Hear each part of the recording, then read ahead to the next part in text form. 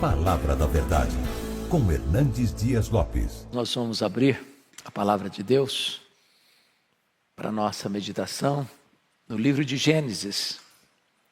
Livro de Gênesis, capítulo 21.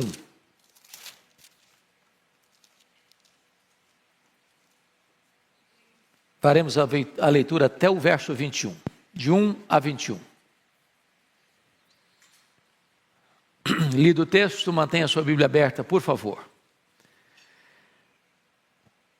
Visitou o Senhor a Sara, como lhe dissera, e o Senhor cumpriu o que lhe havia prometido. Sara concebeu e deu à luz um filho, a Abraão, na sua velhice, no tempo determinado de que Deus lhe falara. Ao filho que lhe nasceu, que Sara lhe dera à luz, pôs Abraão o nome de Isaque. Abraão circuncidou a seu filho Isaque quando este era de 8 anos, ou melhor, de 8 dias, segundo Deus lhe havia ordenado. Tinha Abraão 100 anos quando lhe nasceu Isaque, seu filho. E disse Sara: Deus me deu motivo de riso, e todo aquele que ouvir isso vai rir-se juntamente comigo. E acrescentou: quem teria dito a Abraão que Sara amamentaria um filho? Pois na sua velhice lhe dei um filho. Isaque cresceu e foi desmamado. Nesse dia em que o menino foi desmamado, deu a Abraão um grande banquete. Vendo Sara que o filho de Agar, a egípcia, a qual ela dera à luz a Abraão, caçoava de Isaque, disse a Abraão: rejeita essa escrava e seu filho, porque o filho dessa escrava não será herdeiro com Isaque, meu filho. Pareceu isso muito penoso aos olhos de Abraão por causa de seu filho.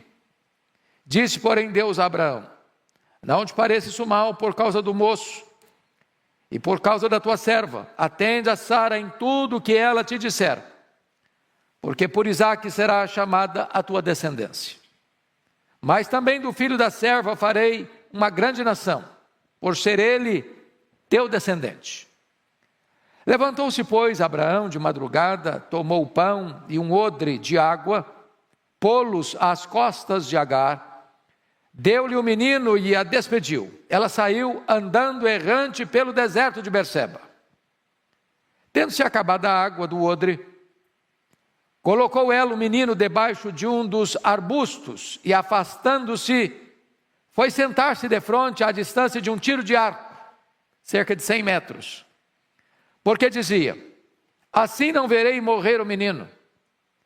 E, sentando-se em frente dele, levantou a voz e chorou. Deus, porém, ouviu a voz do menino. E o anjo de Deus chamou do céu a Agar e lhe disse: que tens, Agar? Não temas, porque Deus ouviu a voz do menino daí onde está. Ergue-te, levanta o rapaz, segura-o pela mão, porque eu farei dele um grande povo. Abrindo-lhe Deus os olhos, viu ela um poço de água. E indo a ele, encheu de água o odre e deu de beber ao rapaz. Deus estava com o rapaz, que cresceu, habitou no deserto e se tornou flecheiro. Habitou no deserto de Parã, e sua mãe o casou com uma mulher da terra do Egito. Eu gostaria de meditar com vocês sobre o seguinte tema: calma, calma, vai dar tudo certo. Esse texto é uma caminhada de alegria e de lágrimas, como via de regra é a caminhada da vida. A história de Abraão, ela é muito empolgante. Ele morava em Ur dos Caldeus, a capital da Caldeia, uma grande cidade, era a capital, mas uma cidade idólatra. E a família de Abraão adorava os deuses pagãos.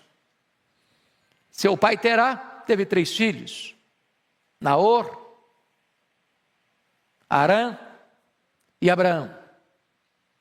Naquela época os casamentos eram consanguíneos. E Abraão casou-se com Sarai, que nós chamamos de Sara. Sara era filha do pai de Abraão, era meia-irmã. Era filha com outra mulher, não da mesma mãe, mas do mesmo pai, era meia-irmã de Abraão. E diz a Bíblia que ainda em Harã, ou melhor, ainda em Ur dos Caldeus, o filho Harã morreu, quando o pai ainda era vivo, o pai Terá. E eles saem então de Ur, do sul da Mesopotâmia, e vão morar em Harã, no norte da Mesopotâmia. Então Deus disse para Abraão: sai da tua terra, do meio da tua parentela, e vai para uma terra que eu te mostrarei. Abraão tinha nesse tempo 75 anos de idade. Sarai tinha 65 anos de idade. E eu não sei o que você pensaria dessa ideia de sair para um lugar que você não sabe onde é. E a Bíblia informa que Sarai era estéril.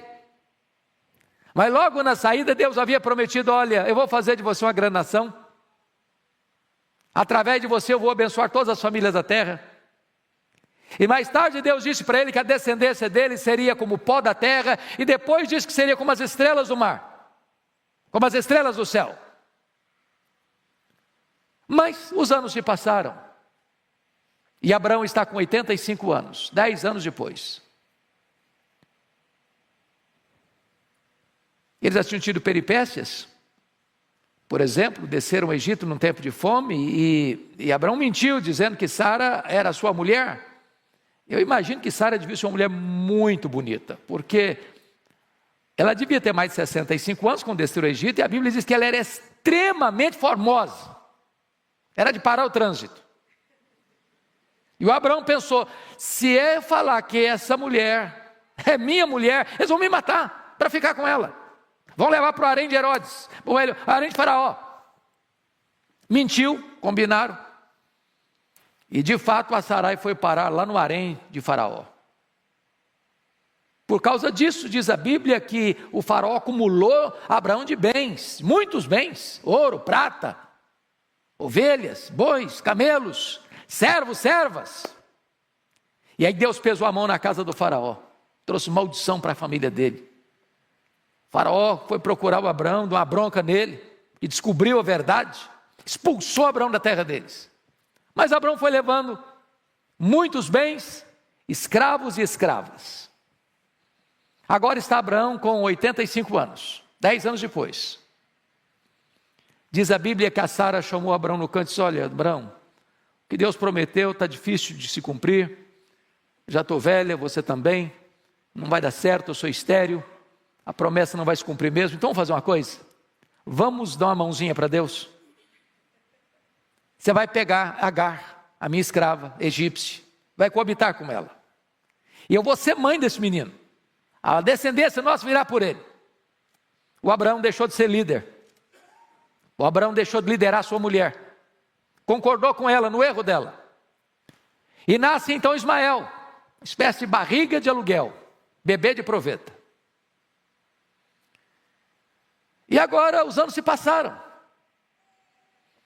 e diz a Bíblia que agora Abraão está com 99 anos de idade, e Deus aparece para ele, diz: olha, eu vou cumprir minha promessa. O herdeiro não vai ser o Isaac, no Ismael não, vai ser Isaac, o filho da promessa. E quando Abraão tem 100 anos, Sara tem 90, nasce o Isaac. Imagina a festa, a alegria. E diz a Bíblia que agora, depois que o menino desmamou, e diz os estudiosos que naquela época se desmamava um menino com 3 anos de idade.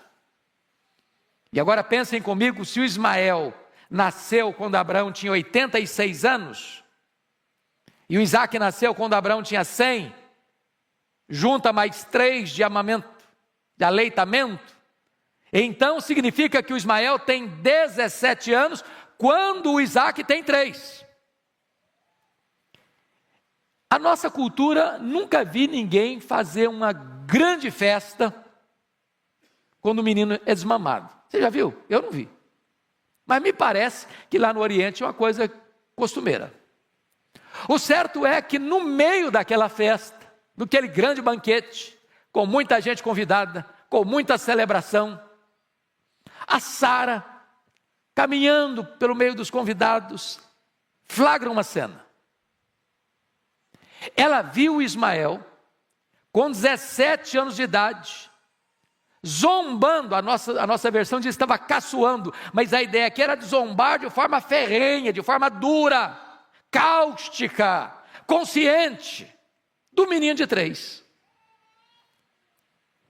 Aqui entra um cenário, irmãos, que eu gostaria que você e eu parássemos para pensar, porque esse texto tem um fator histórico e depois eu vou tratar do assunto teológico do texto. Mas vamos primeiro ao aspecto histórico.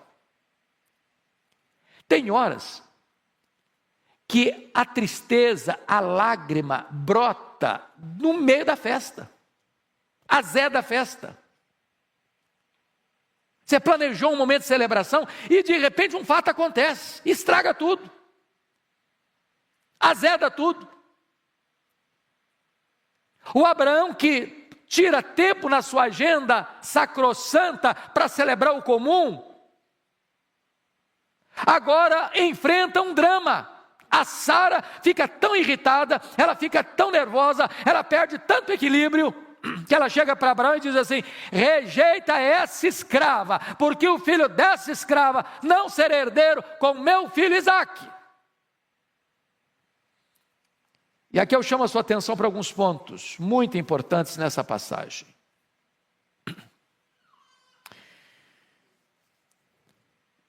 Primeiro ponto que eu chamo a sua atenção, agora olhando para a perspectiva de Agar, é a crise, a dor de ser rejeitado. Olha comigo o versículo 10. Rejeita essa escrava e seu filho, porque o filho dessa escrava não será herdeiro com Isaque, meu filho. E eu chamo a sua atenção para as 3 palavras. A primeira palavra é rejeita. Porque talvez não tenha um sentimento humano mais doloroso do que o sentimento da rejeição. Porque só é rejeitado quem um dia foi prezado. Só é jogado fora quem um dia valeu para alguma coisa. Só é considerado inútil e descartável quem um dia foi útil e importante. E quantas pessoas machucadas na vida, porque foi rejeitado pelo namorado, pela namorada, pelo noivo, pela noiva, pelo marido, pela esposa, pelo amigo, pelo irmão.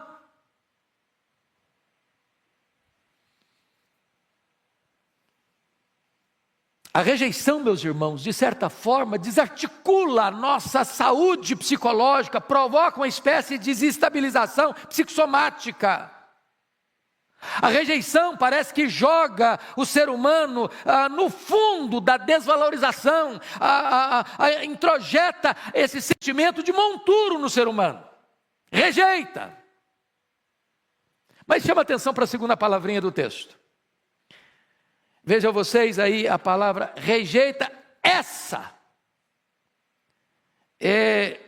Quando a crise é tão grande que o ser tratado como um ser indefinido da história, rejeita essa. Agora Agar não tem nome, agora Agar não tem valor, agora Agar não tem identidade, agora Agar não é uma pessoa, é uma coisa, é um objeto. Descartável, rejeita essa escrava. E note mais, a Sara diz assim: rejeita essa escrava e rejeita também o seu filho.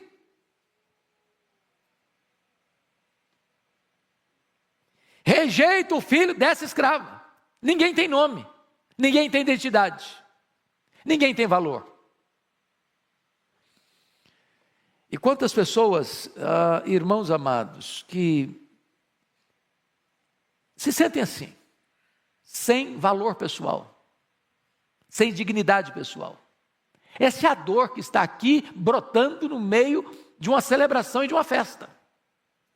Agora, a terceira crise é de se sentir sem direito, sem vez e sem voz, porque ela diz: rejeita essa escrava. A escravidão é uma das manchas mais tristes da história da humanidade. Aliás, só notinha de rodapé, o Laurentino Gomes acaba de lançar o 2º volume da trilogia Escravidão. Eu já comprei, vale a pena você conhecer. É uma obra importantíssima para a nossa cultura. Mas agora Agar não tem voz, agora Agar não tem vez, agora Agar não tem oportunidade, agora Agar não tem defesa para fazer, não tem a quem recorrer, rejeita essa escrava. Ela não pode se manifestar, ela não pode opinar, ela não pode falar, ela não pode expressar o que sente, ela tem que se conformar, ela não tem vez, ela não tem voz, ela não tem direitos, ela só tem dever de ficar calada, esmagada, rejeitada. Agora notem comigo, Sara mostra que a razão maior da atitude dela, confiram comigo no verso 10, está claramente posto aqui. Porque o filho dessa escrava não será herdeiro com Isaac, meu filho. Eu não estou entrando ainda no campo teológico, estou apenas entrando aqui no campo histórico, existencial. Do ponto de vista humano, o que está regendo o coração de Sara aqui é o aspecto herança. Agora pense comigo um pouquinho. A cena é complicada mesmo. Porque vejam vocês, que quando nasce o Ismael, e ele agora está com 14 anos, quando nasce o Isaac, foi um golpe dramático na vida da Agar e dele. Por quê? Primeiro, porque Abraão era um homem extremamente rico. Segundo, porque ele seria o único herdeiro daquela fortuna toda. Ainda mais, ele seria o líder daquele grande clã. E finalmente, imaginava ele, seria ele o herdeiro de todo aquele legado espiritual de Abraão. E agora, quando o menino nasce, de certa forma, é uma frustração a todo esse projeto, a toda essa expectativa, a toda essa esperança. Agora pense comigo se tem acontecido hoje conflitos, tensões e brigas dentro das famílias por causa de herança. Se esse ainda é um motivo de briga nas famílias. Se é um ponto de tensão nas famílias. Agora, vamos avançar um pouco mais e ver que a crise, ela vai se estabelecendo por se sentir, de certa forma, sem rumo na caminhada da vida. Porque olha comigo agora, por gentileza, o versículo 14 do nosso texto. Então, olha aí, versículo 14. Levantou-se, pois, Abraão de madrugada, tomou o pão e um odre de água e pô-los às costas de Agar, deu-lhe o menino e a despediu. Ela saiu andando errante pelo deserto de Berseba. Então veja comigo algumas coisas. Primeiro, ela saiu. Tem que ir embora. Não tem mais espaço. Não tem mais acolhida, não tem mais teto, não tem mais casa, não tem mais lar, não tem mais família. Ela tem que ir embora. Ela não tem herança.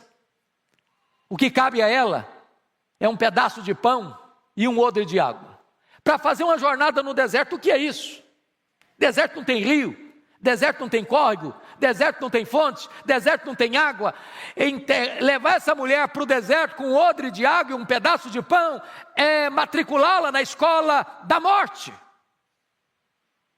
É lavrar uma sentença. E ela tem que sair. A crise é grande e ela então anda, diz a Bíblia, errante pelo deserto. Primeiramente, note você que andar errante é andar sem rumo, sem norte, para lugar nenhum. Para onde você vai? Eu estou errante. Se você está errante, cada passada que você dá para o erro, para lugar nenhum, para não chegar em lugar nenhum, sem destino. Mas andar errante já é gravíssimo, mas andar errante num deserto é pior ainda. Porque era o deserto de Berseba.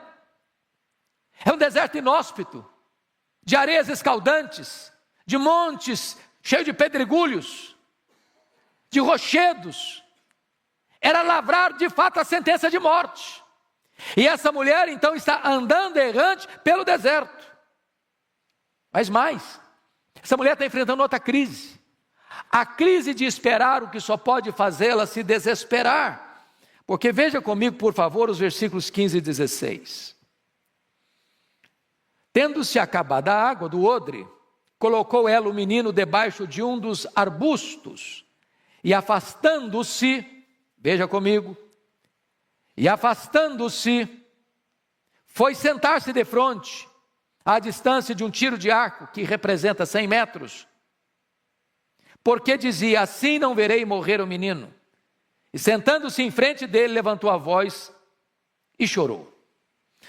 Meus irmãos, vamos pensar aqui algumas coisas. Primeiramente, o esgotamento de recursos humanos diante da necessidade imediata da permanência da vida. Porque quando você caminha por um deserto, a mais importante provisão que você precisa ter é o quê? Água. Eu fico imaginando, porque o odre muitas vezes era feito de couro, e às vezes o couro amolecia um pouco, ela espremendo aquele pedaço de couro do odre para sair a última gota, talvez para umedecer os lábios do menino, os pés já inchados, o calor escaldante, o sol implacável, as areias esbraseantes, um lugar que não tem direção, ela está errante, ela está caminhando sem rumo, sem direção, e de repente acaba a última gota d'água, é a sentença de morte. Então diz a Escritura, que ela bota o menino debaixo de um arbusto, se afasta 100 metros, e aquele local é a CTI, onde o filho dela vai dar os últimos suspiros e morrer. É o cenário final, é a crise fatal, é o desespero pleno. Ela perdeu tudo. Ela perdeu o lar, ela perdeu o abrigo, ela perdeu o nome, ela perdeu o direito, ela perdeu a liberdade, ela perdeu o pão, ela perdeu a água, ela perdeu o teto, ela perdeu o sentido da vida, ela agora vai perder o filho. Você pode imaginar uma crise maior que essa? Mas veja comigo o verso 17. Agar experimenta a crise de esperar, o que faz desesperar, porque ela não consegue enxergar naquela situação a presença de Deus. Veja o 17 comigo. Deus, porém, ouviu a voz do menino, e o anjo de Deus chamou do céu Agar e lhe disse: que tens, Agar? Não temas, porque Deus ouviu a voz do menino daí onde está. Então, chama a sua atenção para esse ponto, meu amado irmão. Ela chora, mas ela não ora. Chorar sem orar é o último degrau do desespero. Tem hora que nós estamos encurralados de tal maneira por uma crise que a única coisa que conseguimos fazer é chorar. Não esperamos mais nada. Não temos expectativas de mais nada. Não acreditamos que a situação vai ser revertida mais. Jogamos a toalha, desistimos, só choramos. Só entregamos os pontos. Eu fico olhando, por exemplo, o cenário de Pedro, naquela prisão de segurança máxima de Faraó. Ele estava lá, aguardando apenas terminar a festa para ser assassinado pelo cruel Herodes Agripa I. Mas diz a Bíblia que havia oração incessante a Deus em favor dele. Tem gente que desiste. Se você pega, por exemplo, a história do Eli, quando Deus falou para o Samuel, e o Eli falou: o que Deus falou para você, Samuel? Olha, a sua casa vai ser dizimada, vai ser destruída. Ele cruzou os braços, é isso mesmo. Aceitou passivamente a decretação da derrota. Eu esperava de Eli uma outra atitude. Meu Deus, me dá uma chance final, me ajude, Senhor. Eu não quero perder os meus filhos, eu não quero ver meus filhos morrendo. Meu Deus, me dá uma nova oportunidade. Ele se rendeu, ele se capitulou. A mesma situação do rei Ezequias.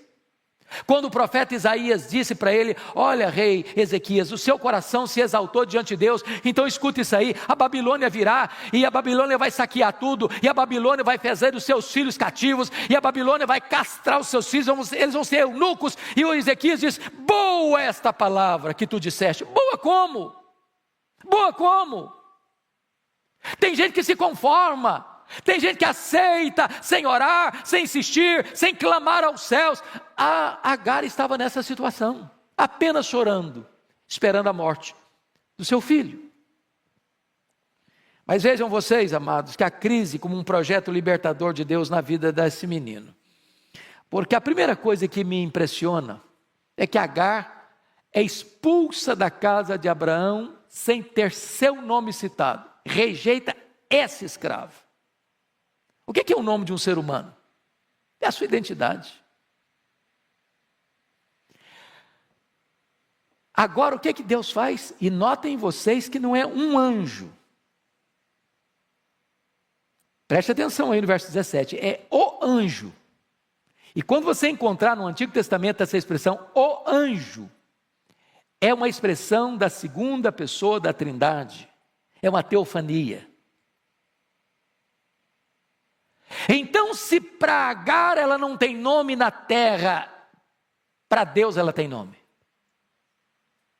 Se ela não tem valor para uma família, para Deus ela tem valor. Se esse menino que está na CTI, nos últimos momentos de vida, já sucumbindo pela sede avassaladora, para Deus esse menino tem valor. O que representa isso para nós, irmãos? Talvez você que está me assistindo aqui, ou talvez você que está me assistindo aí pela internet, está vivendo um momento tão difícil, tão doloroso, tão amargo, que você diz, meu Deus, agora não tem mais jeito, agora eu estou no funil da história, agora eu estou no fundo do poço, agora eu estou no fim da linha, para mim não tem mais esperança, para minha família não tem mais jeito, para o meu casamento não tem mais jeito. Eu quero dizer para você que Deus conhece o seu nome, que Deus sabe onde você está, que Deus é poderoso para virar o jogo, que Deus é poderoso para virar a mesa, que Deus é poderoso para restaurar a sua sorte. Agora notem mais, amados. Vejam vocês comigo, por gentileza.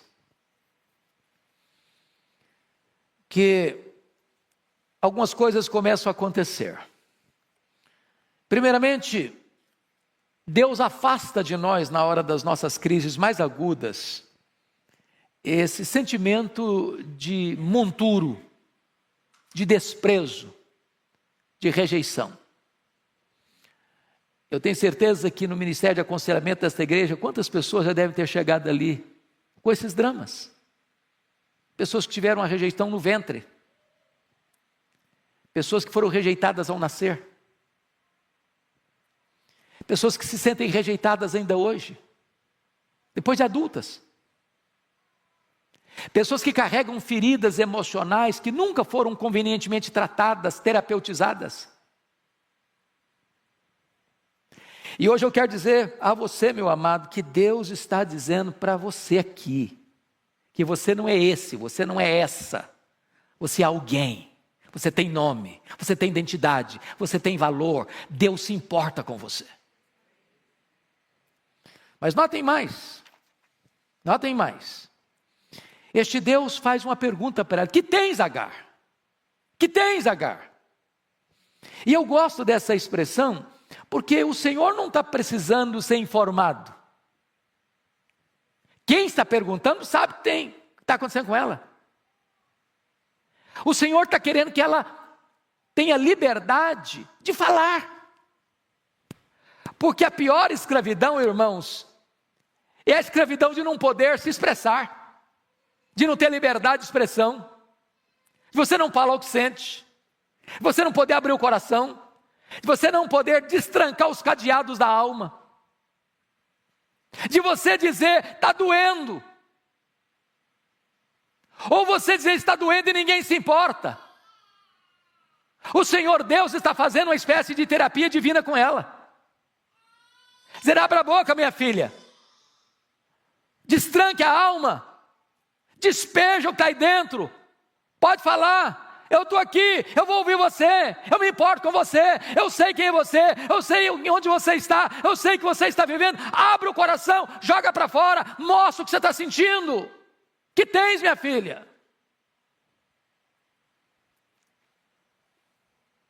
Agora notem,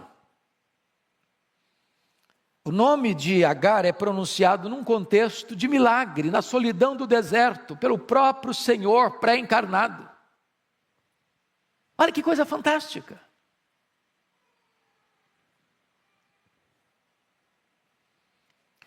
Agora veja você comigo, por favor, o verso 17, 18, quando Deus diz para ela assim: não tenhas medo, não temas, porque Deus ouviu a voz do menino daí onde está. Eu não sei qual foi a voz do menino. A Bíblia não diz se o menino falou, se o menino gemeu, se o menino gritou. Se a voz do menino era articulada ou inarticulada. Ô irmãos, Deus escuta até gemido, Deus escuta até silêncio. Deus escuta.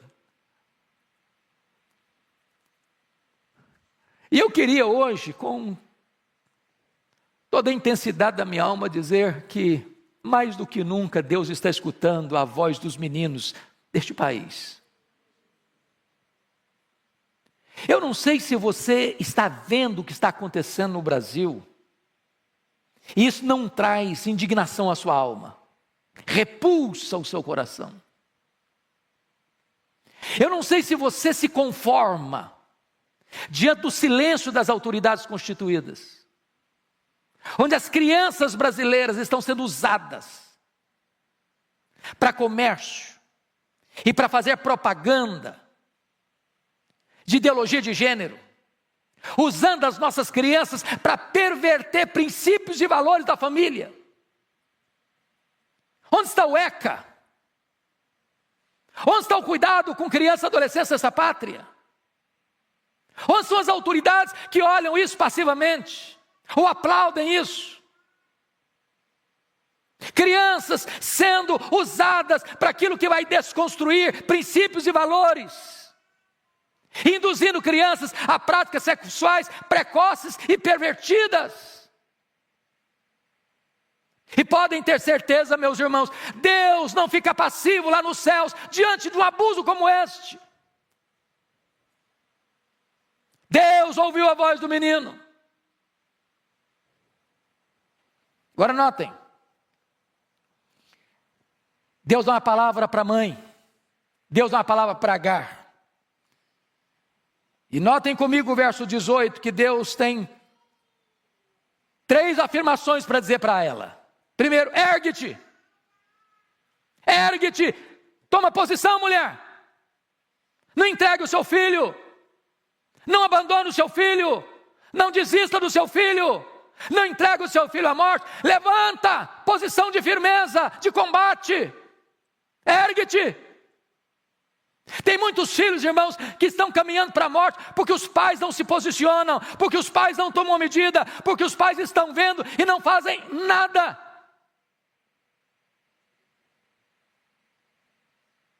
Mas em segundo lugar, Deus diz para ela, levanta o rapaz, levanta o rapaz. Ele está caído, ele está prostrado, ele está exausto, ele está completamente sem forças, ele não consegue levantar a si mesmo, ele não consegue se recompor. Então levanta o menino, levanta o rapaz. É hora dos pais levantarem os seus filhos, investir nos seus filhos, não desistir dos seus filhos, levantar os seus filhos. Mas Deus diz mais para ela, segura-o pela mão. Segura-o pela mão. Irmãos amados, está na hora de pai e mãe ficar do lado do seu filho, da sua filha, dizer, aqui não, aqui não, aqui não.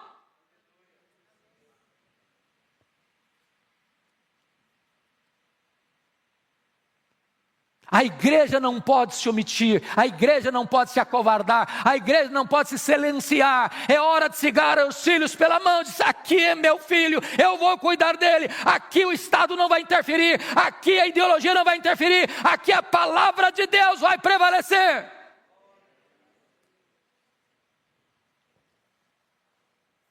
Agora notem, irmãos,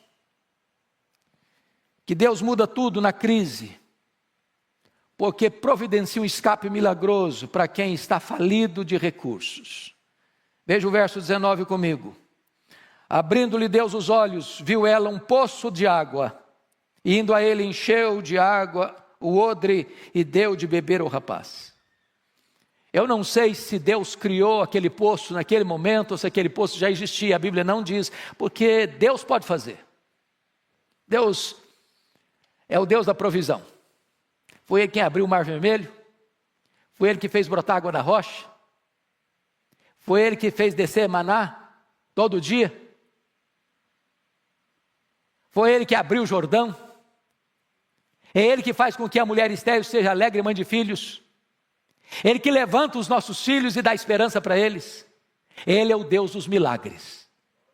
E quando você está no fundo do poço, no fim da linha, no final dos seus recursos, Deus pode fazer um milagre, porque os fracassos humanos não alteram e não podem frustrar os propósitos eternos de Deus.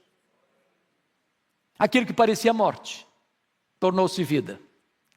aquilo que parecia o fracasso total, vai se transformar numa grande força. Porque diz a Bíblia que o menino, Deus estava com o rapaz, e o menino cresceu, habitou no deserto, se tornou flecheiro, habitou no deserto de Parã, a sua mãe o casou com a mulher egípcia, ele vai se tornar pai de 12 tribos. Então eu quero concluir o aspecto histórico para fechar com o aspecto teológico, dizendo o seguinte: a crise está grande, você está com medo da situação, o cenário é cinzento, você vê sinais de desespero, até de desesperança e até de morte, rondando a sua vida. Entenda uma coisa: Deus está no controle. Calma. Calma. Deus já escreveu o seu último capítulo. Você não sabe, mas Ele já escreveu. Ele sabe que está lá no fim. Ele está no controle. As promessas deles não caem por terra. Ele pode reverter o quadro mais sombrio da sua vida. Mas sabe o que é curioso? E eu quero concluir aqui, porque é o aspecto teológico desse texto. É o versículo 12 e 13. Do ponto de vista humano, irmãos, a atitude de Agar, a atitude de Sara com Agar, é uma atitude reprovável. Desumana até. Porém, os erros humanos não frustram os projetos de Deus. Olha o que Deus disse para o próprio Abraão nos versos 12 e 13. Porque o verso 11 diz que pareceu isso muito penoso aos olhos de Abraão por causa de seu filho. Eu imagino. Você já pensou o que é abrir mão num menino de 17 anos? É filho. Filho é filho. Você ama, é sangue. Você não descarta. Mas aí Deus chega para Abraão no verso 12 e diz assim: não te pareça isso mal por causa do moço e por causa da tua serva. Atende a Sara em tudo o que ela te disser, porque por Isaque será chamada a tua descendência. Aí agora vamos entrar no aspecto teológico. O que Sara estava fazendo, na verdade, é uma espécie de profecia.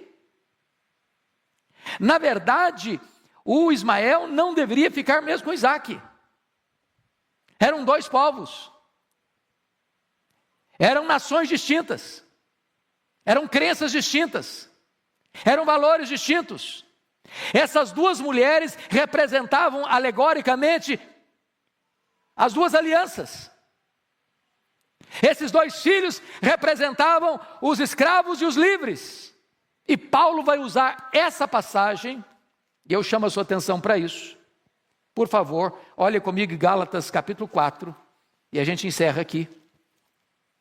Gálatas capítulo 4, onde Paulo vai dar a interpretação teológica desta passagem. E vale apenas ler com atenção o significado, Gálatas 4, a partir do verso 21 até o 31. Eu vou pedir que você se levante, com a Bíblia na mão, e você vai ler comigo pausadamente, audivelmente, esse texto. Então vamos lá. 21. Dizei-me vós, os que quereis estar sob a lei, acaso não ouvis a lei? Pois está escrito que Abraão teve 2 filhos, um da mulher escrava e outro da livre. Mas o da escrava nasceu segundo a carne, o da livre, mediante a promessa. Estas coisas são alegóricas, porque estas mulheres são 2 alianças. Uma, na verdade, se refere ao Monte Sinai, que gera para a escravidão. Esta é Agar.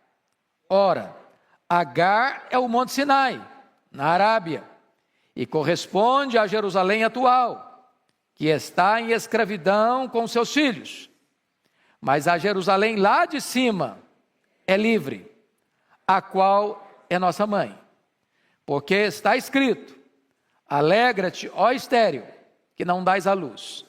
Exulta e clama, tu que não estás de parto, porque são mais numerosos os filhos da abandonada que os da que tem marido. Vós, porém, irmãos, sois filhos da promessa, como Isaque. Como, porém, outrora, o que nascera segundo a carne perseguia ao que nasceu segundo o Espírito, assim também agora. Contudo, que diz a Escritura? Lança fora a escrava e seu filho, porque de modo algum o filho da escrava será herdeiro com o filho da livre. E assim, irmãos, somos filhos não da escrava, e sim da livre. Paulo pega esta história, este episódio, e alegoricamente aplica às duas alianças. E ele diz: você e eu, igreja de Deus, não somos filhos da escrava, Agar. Somos filhos da livre, Sara. Nós não somos o filho escravo, que está querendo agradar a Deus pela lei. Nós somos o filho da promessa, herdeiros do filho da promessa, alcançados pela graça. Que verdade bendita! Significa o quê? Que historicamente o homem pode errar, mas mesmo quando o homem erra, o plano de Deus não pode ser o quê? Frustrado. Então calma, calma, vai dar tudo certo. Deus continua no controle, Ele é Deus, e ninguém pode frustrar os seus desígnios. Que Deus nos ajude. Amém.